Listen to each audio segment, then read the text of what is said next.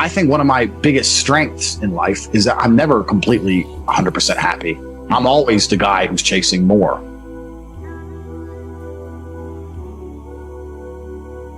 There's no such thing as becoming anything worthwhile without adversity. There's no other way. This is what people don't seem to understand, is that adversity is the absolute key ingredient in absolutely anything that regards success. You want a six-pack, there's adversity in the way. You want to be a world champion, there's adversity in the way. You want money, there's adversity in the way. The sooner you become accustomed to adversity and you no longer become adverse to the idea of it and the stress of it, the sooner as a person you can say, okay, fuck it, let's go. And you become tolerant, then the better you're going to be as a person. So when I have children, the number one thing I'm going to ensure is that there's as much adversity as possible in my son's life. Even if he has a comfortable life. I've got money now, but his ass is not going to have shit. Because he's going to be one way or another, he's going to be struggling. Because I know that's how things are forged. They're forged in fire, and there's no other way to do it. So, yeah, absolutely. I'm glad that everything wasn't smooth sailing. Yeah, this is the reality of life. And you look at the most durable people in the world, or the most durable countries in the world, the most durable societies. They're not easy societies. No. That's how people survive. I had a lot of important lessons from my dad in the days I lived with him. But one of the things he was very, very good at, he had a few fundamental themes throughout our when we lived together throughout my childhood, and one of them was about excuses. So if I lost a chess game, for example, there was a chess tournament. It was 7 hours drive. We drove 7 hours. We stayed up all night. I stayed up with him. I played chess in the morning. I lost. I only had 2 hours sleep. And when I lost, I said, "Oh, because I was tired." And my dad made a very big point of saying, "Look, it doesn't matter if you were tired. Your excuse has fucking nothing to do with the win or the loss next to your name. You've lost now. No one's going to say he lost, but he was tired. They're going to say you lost." And this is the truth about excuses in general. Any excuse you can fabricate. Nobody cares. The universe doesn't care. Did you win or did you lose? Life is binary. Did you survive or not? If you come at me and say, "Oh, I'm fat because X, Y, Z," the girl in the club isn't going to be like, "Oh, well, he's out of shape, but it's okay because X, Y, Z." You're just fat. It's binary. Life's binary. So you have to make a conscious decision. Excuses don't exist. They don't have any weight. They don't matter to anyone else. So why should they matter to you? And as soon as you realize that all that matters is the result, and you have to be binary about your decisions, then you're going to start throwing all that crap away. And I understood that from a very, very young age. So even when I was a teenager in England and I decided I wanted to be successful, I didn't sit and go, "I want to be successful, but I'm in a single room in a homeless hostel, single mother." I just knew I wanted to be successful. People are either going to view me successful or not. They're not going to care about anything else. If they're not going to care, I didn't care. It didn't enter my mind at any point. I didn't let it cloud my vision, if that makes sense. It never entered my mind. This is my situation. This is my scenario. So I have to do what I can do. And that was it. You will often note that the best teachers on earth try very hard to not only tell you what you need to hear,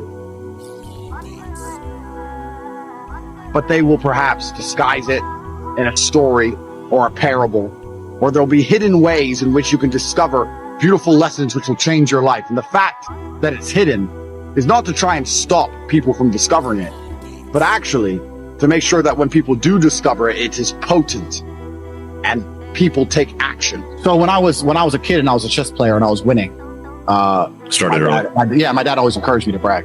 Said, "Yeah, you won. Go brag. Tell him you won." He was like, "This is the real world. You won. Only losers are going to be upset when winners talk. This is how it goes."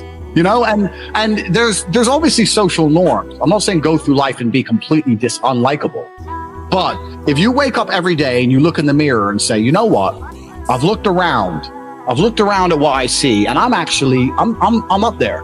I'm the man. I'm the top 5%. I'm the top 1%.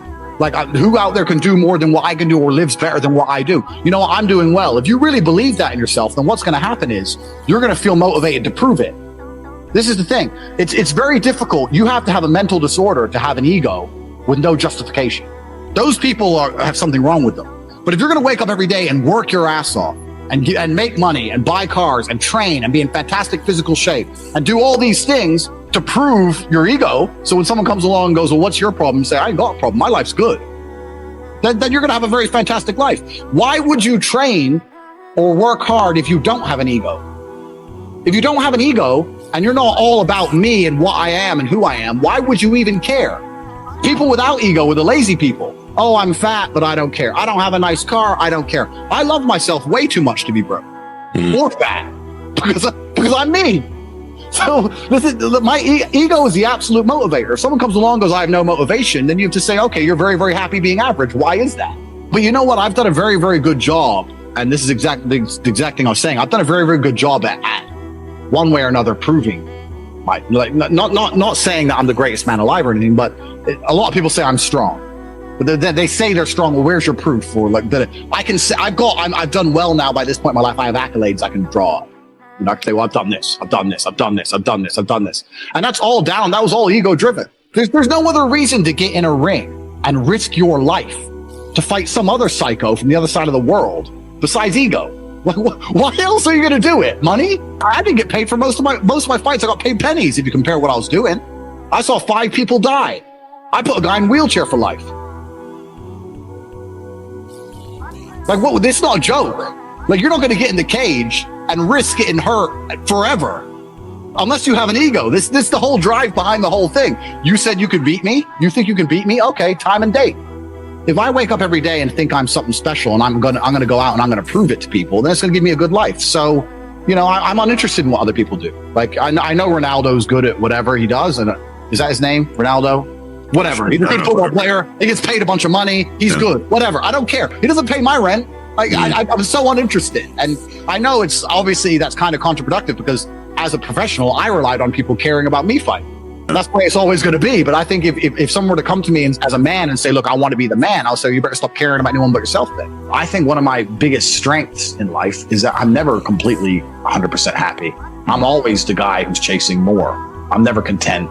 I'm always like, okay, yeah, what, 3 world titles? I want another one. Like, oh, I've got a Lambo. Well, I want an Aston. I've got an Aston and a Lambo. Well, I want a Bentley. Well, I got an Aston, Lambo and a Bentley. Well, I want a Range Rover. Like, and now I've got them all. So I am that dude. So, and a lot of like me and my brother is probably one of the biggest ways we're different. He's not that guy. Tristan is much more content and laid back than me. I'm that guy who's always like, give me more, give me more, give me more. I've always been that way. Even when I was a kid, I was always that way. And I don't know, I've had some events in my life, some small events, which are just ingrained in me. I think it's a combination of things. I think one is that being a fighter, you sense your own mortality more than other sports. Like if you're a normal guy living a normal life, you don't feel any different at 22 as you did to 30. Sure. As a fighter, you feel it. You're like, wow, I'm getting old. I'm 32 now. And you're like, I can't do what I did at 23. Yeah. I am getting old. And then you start to think, okay, well, in 10 more years, I'm 43. Like, you know, like, and you start to realize that it's not about how long you live. For me personally, it's about how long you're young for. You know, those are your best years. Those are your prime years. Yeah. So I'm the guy who's like, I want it all. I want a helicopter and a boat and all these cars, and loads of chicks. I want to go everywhere. I want this. I want that. I want that. And I've got some stuff, but there's a whole bunch of stuff I don't have. So I don't know if I'm ever fulfilled. That doesn't mean I'm miserable. I'm certainly not unhappy. I'm a happy person. Sure. Because I don't believe in unhappy. I think unhappy is situation.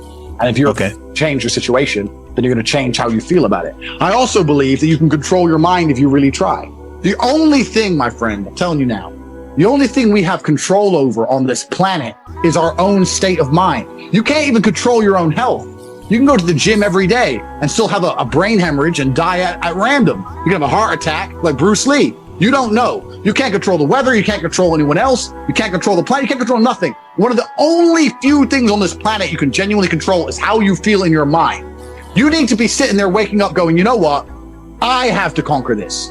I'm not going to give in. It's down to me. And I'm going to control my own brain. You need to close your eyes, breathe in and out for an hour, and slowly generate some happiness from somewhere and resist.